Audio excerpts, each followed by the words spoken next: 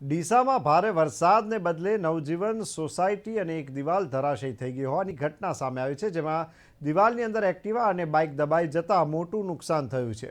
ડીસામાં ગઈકાલથી ધીમી ધારે વરસાદ શરૂ થયો હતો અને આજે પણ દિવસભર વરસાદ વરસ્યો હતો, ત્યારે નવજીવન સોસાયટી સામે આવેલ જલારામ ટિમ્બર માર્ટના દુકાનની દિવાલ અચાનક ધરાશયી થતાં દોડધામ મચી ગઈ। દિવાલ પર લાકડાના બંબુ ઊભા રાખેલા હોવાથી વરસાદને પગલે દિવાલ ધરાશયી થઈ જતા દિવાલ નીચે પાર્ક કરેલ એક્ટિવા અને બાઇક તેની નીચે દબાઈ ગયા હતા।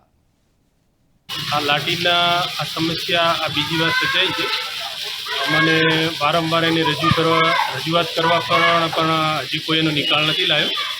આગળ બી આરિયા એકવાર આવી રીતે દિવાલ પડી ગઈ હતી અને આ બીજી વાર આવી દિવાલ પડી ગઈ। હાલમાં બે સાધન દબાઈ ગયા છે, એક એક્ટિવા છે, એક બાઇક છે અને અહીંયા માણસો છોકરાઓ રમે છે, અવર જવર કરે છે, પણ વારંવાર એમને રજૂઆત કરવા છતાં કોઈ એનો નિકાલ આવ્યો નથી અને વારંવાર આ સમસ્યા સર્જાય।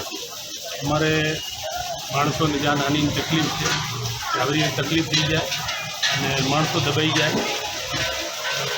આગળ બી રજૂઆત કરી હતી, આગળ બી 1.5 વર્ષ પહેલાં આવી રીતે દિવાલ પડી ગઈ હતી, ચારે અમારે મકાન આગળ બધું દબાઈ ગયું હતું અને આજ વરે બી આવી સમસ્યા છે। માલ બહુ પડે છે, હમણાં ગાડી એમની ખાલી થતી જ હતી, ચાલુ વરસાદે એમને ગાડી ખાલી કરતા હતા અને એનો વજન લાકડાનો લોડ આવ્યો લાઠીનો અને સીધું દબાઈ ગયું। એટલે અમે દોડીને સીધા જેવા વરસાદના બહાર જોતા હતા કે વરસાદ કેવો હોય એમ એટલામાં તમે દોડીને અંદર પડી ગયા કે અમને માણસોને નુકસાન થાય જવું છે।